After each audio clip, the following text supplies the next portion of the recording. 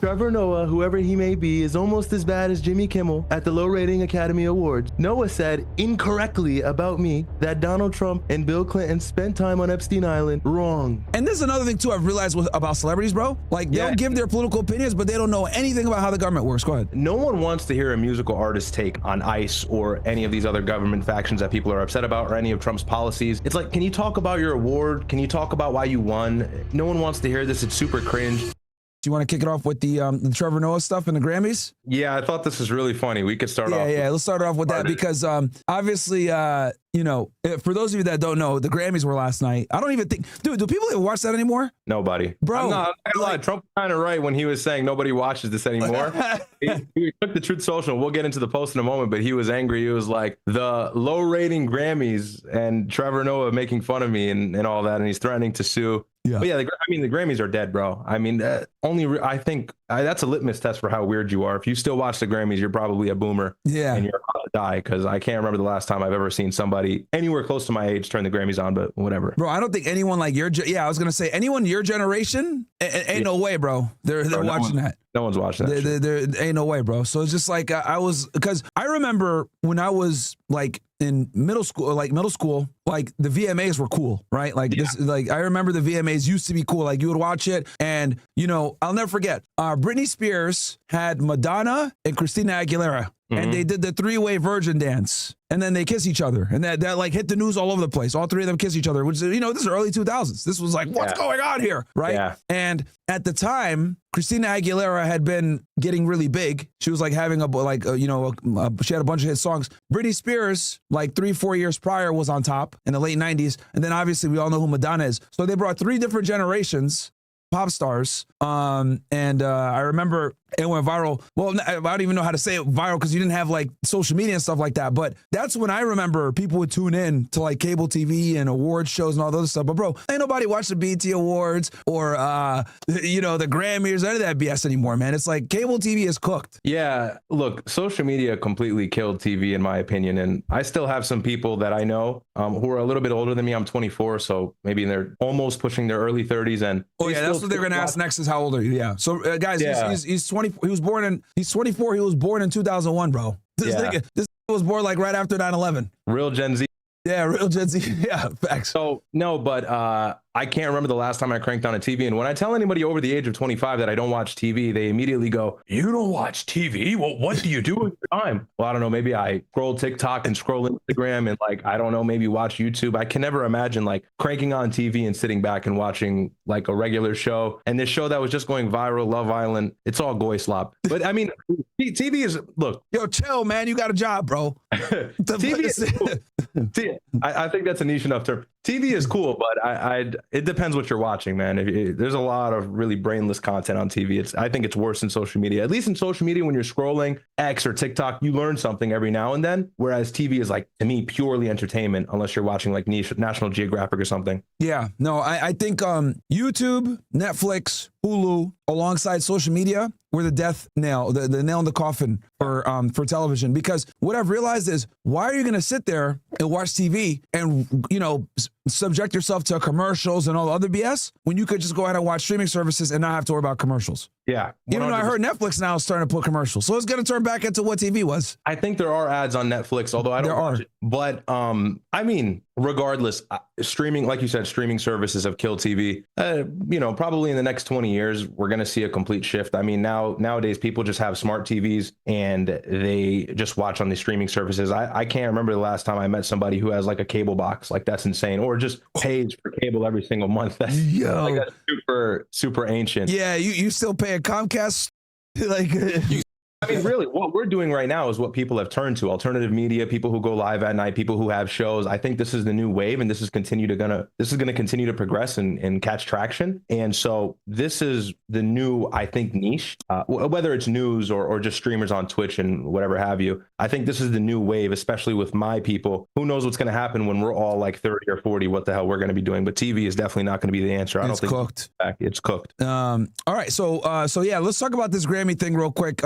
That Trump got stuff. Now, for those of you that don't know who Trevor Noah is, Riyad, I don't know if you know who he is. He's a little bit before your time, but he really was popular like 10 years ago. He's a progressive comedian from South Africa, And, you know, the guy's woke, dude. Like the guy's woke. I don't think woke comedians are funny because when you're woke, you can't necessarily make jokes at the same level. But yeah, the guy's a progressive. He's been a progressive for a very long time. I don't know if he's as popular as he is 10 years ago. But yeah, it is what it is. So yeah, he made a joke about Epstein Island and Trump yesterday. And Trump was not too happy about it. So yeah, let's pull up that Truth Social post. We'll read that. Yeah. And then, and then we'll play the video. This was really funny. So hopefully you guys are able to see that. They can see it. They can see it. Go ahead, read it in your Donald Trump voice. Go ahead, bro. So Trump tweets, this is this morning. He goes, the Grammy Awards are the worst. The Grammy Awards are the worst, virtually unwatchable. CBS is lucky not to have this garbage litter their airwaves any longer. The host, Trevor Noah, whoever he may be, is almost as bad as Jimmy Kimmel at the low rating Academy Awards. Noah said incorrectly about me that Donald Trump and Bill Clinton spent time on Epstein Island. Wrong. I can't speak for Bill, but I have never been to Epstein Island. Know about that. Nor anywhere close. And until tonight's false and defamatory statement, I've never been accused of being there, not even by the fake news media. Noah, a total loser. Nah, you gotta keep reading that shit in the voice, bro. That is the voice. Noah, a total loser, better get his facts straight and get them straight fast. It looks like I'll be sending my lawyers to sue this poor, pathetic, talentless dope of an MC and suing him for plenty of money. Ask little George what is that guy's last name? Slapadopoulos? Slapadopoulos. This is a guy he sued previously, right? And others, how that all worked out. Also ask CBS, get ready, Noah. I'm going to have some fun with you. And Trump actually, here, I can hold it here. This was what he said, so you guys have context. Maybe oh, play this. That artist wants almost as much as Trump wants Greenland, which makes sense. I mean, because Epstein's island is gone, he needs a new one to hang out with Bill Clinton. It's incredibly difficult being a host. I was going to go out. Okay, Trevor Noah targeting Donald Trump during his sixth and final time as Grammys host, and now the president is threatening legal action. The Daily Show alum slamming the commander-in-chief a total of 4 times throughout the 3.5-hour broadcast. If we edited any of the show, the president would sue CBS for $16 billion. I have the biggest.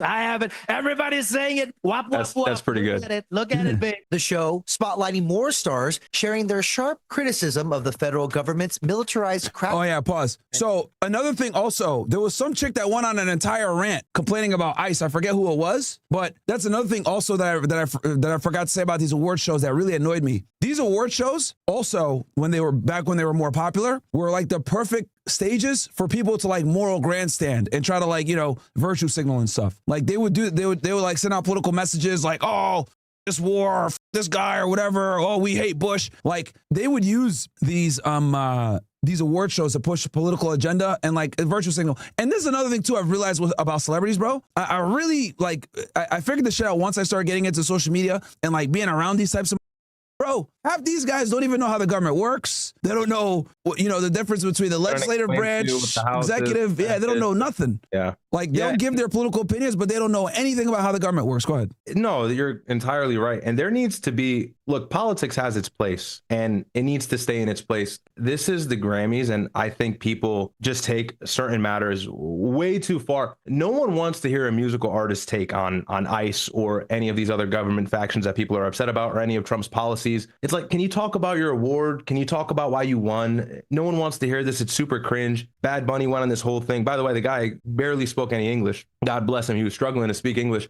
And he was saying how ICE is bad and aliens are humans. It was this whole thing. And he has to say that because it's Latin audience. Yeah, of course. And he's appeasing to them, but yeah. Did you really say that? And but what he won't say is that he's Puerto Rican and that means he's an automatic citizen. He won't say all that though. Yeah, he actually has the benefit that other Hispanics don't have. Yeah. Very true. I never even realized that. Puerto Ricans got a good pass there. But so I'd be roasting him. It's super cringe. And again, no one watches the Grammys, but all of these viral comments on ICE and Trevor Noah's roast of Trump, I guess, gave the Grammys some relevance because I didn't even know the Grammys were happening. And I'm sure many people can relate. So yeah, maybe they do it on purpose to improve the ratings, but yeah. Well, what was it? When did Will Smith punch Chris Rock? Oh, that was years ago. Was that at the Grammys too? Smacked him. Yeah, he smacked him. Yeah, he smacked him. Yeah, but it was at some sort of award ceremony. I couldn't tell you what it was, but he called this.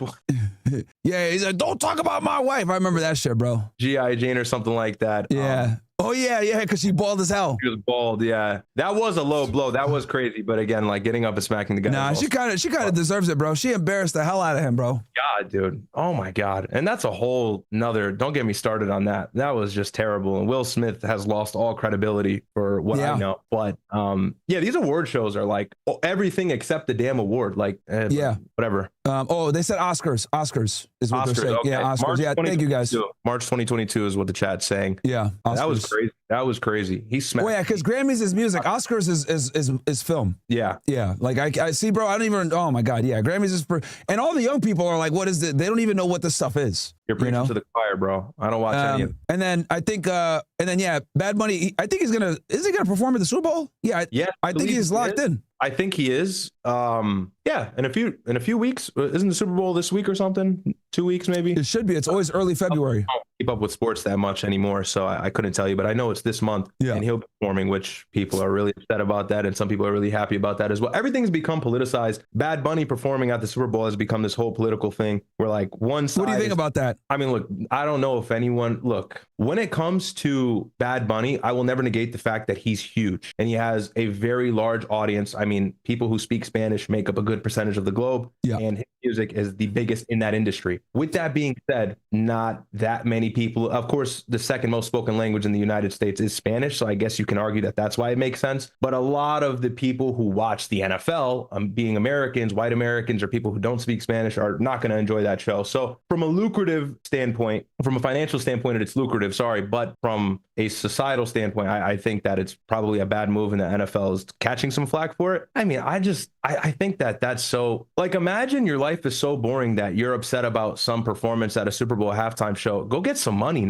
Like, yeah, I think go ahead. I can understand the grievance, but like, are you really that upset? Like, aren't you there for the game? Who cares about the performance? But I guess I can understand why some people are mad. They're not going to understand anything. So yeah, well, what I've realized with the Super Bowl, right? For the people that don't care, like the people that don't watch sports, they care a lot about the halftime show, and like the halftime show is kind of like symbolic of like who is super relevant and stuff like that. And I think having a Latin artist that doesn't even do his music in English at a the biggest sports event in the United States, which is the Super Bowl, right? It's not the NBA Finals, it's not the World Series, it's the Super Bowl. That's why I think it rubs a lot of people the wrong way. Which, look, I think it was a bad decision to make him the person, but the NFL has gone woke a long time ago. Like, bro, the professional sports has been for a very long time. Like it's been for so long. And I mean, who is it? Was it Steph Curry? I think Steph Curry, he donated to some like some charity organization that like fights ICE or some shit like that. I don't even know. Like, yo, these dudes are woke, man. Like, oh yeah, I mean, back in 2020, the NBA jumped on the whole BLM thing, and you had guys kneeling during the anthem. And yeah, I'm pretty sure a lot of those guys today probably look back at that and go, damn, that was pretty. But and so many people were brainwashed in 2020 and captivated by the madness and the nonsense. But a lot of that BLM movement was annoying. Yeah, it could not be stopped, bro. It could not be stopped, man. It plays into what I just mentioned. It got involved in things that it didn't need to get involved in. Like, some people just want to watch sports. Yeah, people just want to watch the Super Bowl. And I would argue that more often than not, a lot of Americans have no saying in politics or really don't have an opinion. And if they do have an opinion, it's irrelevant because they're misinformed. And so I think that the involvement of politics and sports and making everything super political is, I was about to say a word I can't say on YouTube. It really does hurt these big sports, elite sport institutions like the NFL, like the NBA. And I think they can make a lot more money to stay away from that stuff. But I guess these progressives have a demand for it. And there's an appetite for it. It does satisfy a large crowd of people, but it really does make the sports like really cringe. And it's just like, that's not why anybody's watching or turning this on. So yeah, no, it's absolutely ridiculous. Bad Bunny won. He won Artist of the Year, right? Or Album of the Year or some shit like that? He won something. I saw a video on Instagram. I couldn't tell you what it was. I'm pretty sure he won like the big award. And then Justin Bieber performed in his underwear or some shit? Yeah, that was a whole thing as well. Bro, he's off his rocker. Bro, he is off his... Yo, something's wrong with him, bro. Like, bro is off his rocker. Yeah, Biebs has been off of the shits ever since he... Here, you can just play the video. It's fine. Just keep playing the video. Immigrants. No one is illegal on stolen land. Oh, pause real quick. Turn up the volume on your end. I think it's low. The YouTube bar? Yeah. Turn that up. You know how that sounds. That should be better. Thanks to God. Yeah. I'm going to say eyes out. Of course. Eyes out. I think this goes beyond just, Bad Bunny. This goes for our culture. This goes for all the immigrants, Now more than ever, it's important to celebrate our language and our culture. I've loved my time, but I believe in term limits. Yeah, I wanted to set an example for anyone who might be watching the show. You know, just leave when your time is up. You know, whatever. Turns out, Trump, Bro, he is so corny, bro. Like, Trevor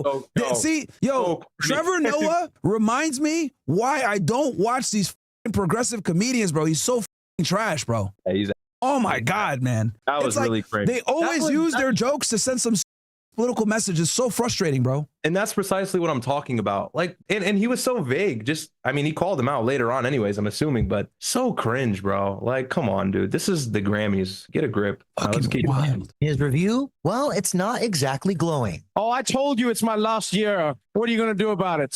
The president taking to Truth Social to rip CBS and the Grammys in a 900-word takedown where he calls the awards virtually unwatchable, total loser. Who are you? Who are you that you don't want to watch the Grammys? So you just don't like music? You mentioned him. Yeah, bro. You talked shit to him first, bro. He wasn't even worried about you. You mentioned him. What is this? This is boonery, bro. This nigga's South African too. Like, bro, get the fuck out of here, man. Where is that? Bro, I can't even begin to. That stupid accent, super woke. Yeah. And was he born in South Africa, I'm assuming? I think so, bro. I think he's a naturalized U.S. citizen now, though. It's always these people who aren't born here are the most outspoken about our politics as well. Super cringe. That tracks. But you mentioned him, and then now he responded, and he responded with the same energy. And now it's, hey, why are you watching? Why are you mad? All right, whatever. Anyways, is that what it is? No, it appears this joke about the late Jeffrey Epstein's alleged child sanctuary was the last straw. That is a Grammy that every artist wants, almost as much as Trump wants Greenland, which makes sense. I mean, because Epstein's island is gone, he needs a new one to hang out with Bill Clinton. And to be honest, that joke wasn't even funny, bro. If I'm going to be all the way honest, it's like, oh yeah, ooh, because it's almost like it's coming because the Grammys is so woke, and that Trevor Noah is a wokey and he makes like really bad political commentary jokes. So it's like we saw that shit coming from a mile away. Saw that shit coming. To dig at Trump right now. So yeah, it is. He's just reaching for the bait like everyone else. And I mean, look, to his credit, in some degree, Trump really looks bad optically right now, whether these claims are substantiated or not, which we'll get into in a moment.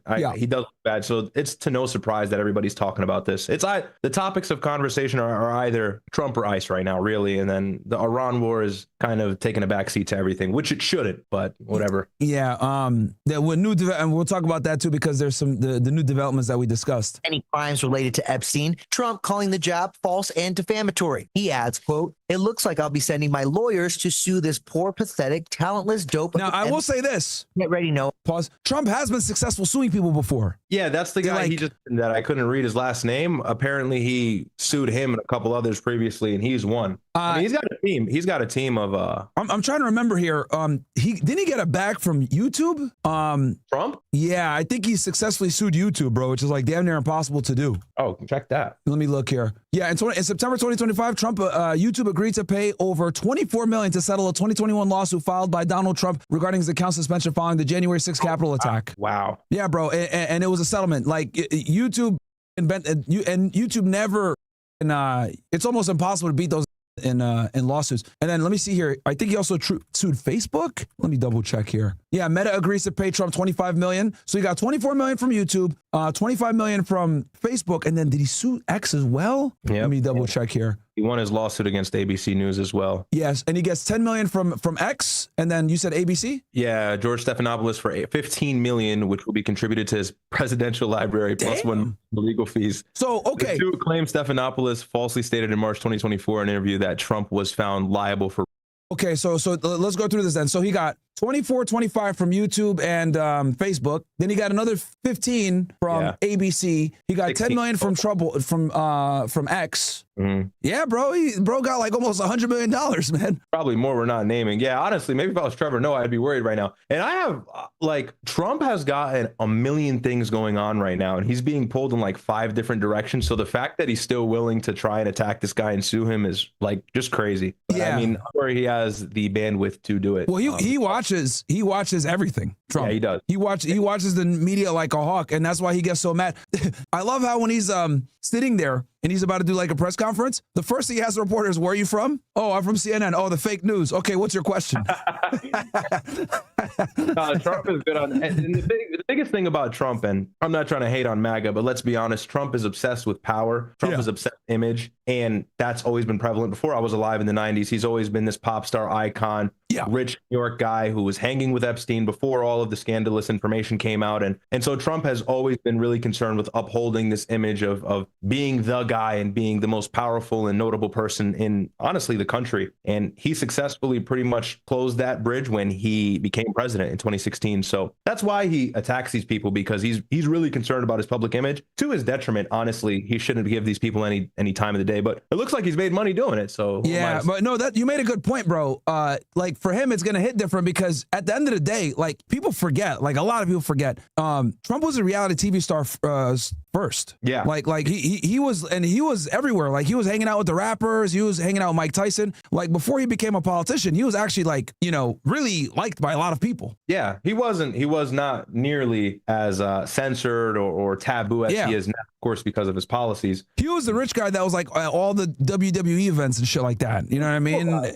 With girls and shit. Like he was like a playboy. So like people see this image of Trump as like this, you know, fascist president, as progressives want to say. But people forget that this dude was really like, he was really a A-list celebrity before all this crap in the 2000s. Like The Apprentice was huge. Yeah, 100%. And that's how he started out. And so that's why he's not the most polished president, like somebody in comparison to, you can think of Obama, in terms of the way he speaks and the way he delivers his thoughts and his messages and his plans. Yeah. But I mean, there is an element of something that's refreshing to that, because sometimes in politics, a lot of things get lost in the translation of being politically correct. And so it is nice to have somebody who says things the way they are, sometimes as abrasive as it may be. It can be helpful in letting the country move in the right direction without any. Well, that's why he won. And that's actually like it was something different. It was something different for the people, and I think that's what helped him a lot. And there's another reason why he won, but we'll get into that later when we go into the Iran thing as well. But I mean, I think that's what really earned him favor. And in 2016, maybe not so much, but when he ran again previously, he got a lot of Black and Hispanic votes. Yeah. So it goes to show that him being the character that he's always been has only kind of helped him in his run to be a president. And I mean, now obviously it warrants people to attack him, but he's armed with the best attorneys in the world. Yeah, and now they're going to capitulate, right? Like normally, because people forget also, like, and I'm glad he actually sued a lot of these companies, I'll be honest, because after the January 6th thing, he got banned everywhere, bro. Uber Eats banned him. Like, like he got banned, Facebook, YouTube, Instagram, Twitter, everything got cooked after the January 6th riots.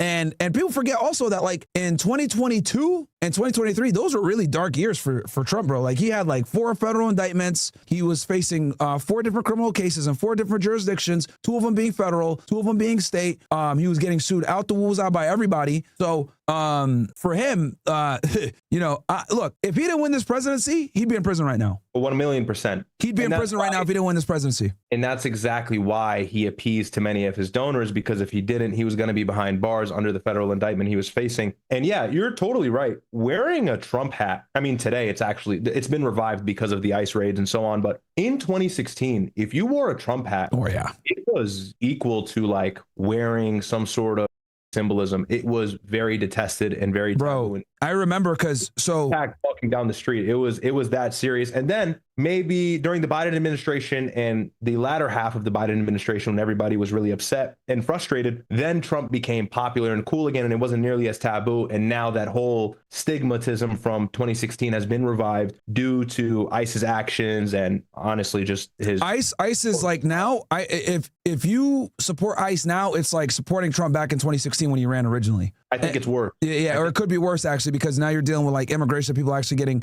like locked up for it. And the other thing too, also, and I remember this vividly. I remember in 2016 when Trump was running for president, I was going at the time, you know, I was working for the government and shit like that, and I was going back and forth between you remember this. I was going back and forth between Boston and Connecticut, right? So like, or like I'd go and hang out with my friends that were still in college, right? Yeah. That were on the team still. And I think one of them wore like a Make America Great Again. And I remember we had a lot of hecklers like coming up to us and trying to start shit whenever we were out because of that hat, dude. Like it was a big deal to wear a "Make America Great Again" hat in blue leaning city, and this is Boston, right? Boston is the woke of the woke. So it was very you would be basically, it would be, you had a high likelihood of getting into a fight on the tee. He's like super high likelihood of someone trying to approach you or heckle you or something like that. And the other thing also about Boston that a lot of people don't know is the city of Boston, like the actual city, a lot of it is college students because there's so many schools that are concentrated in that area. Eastern,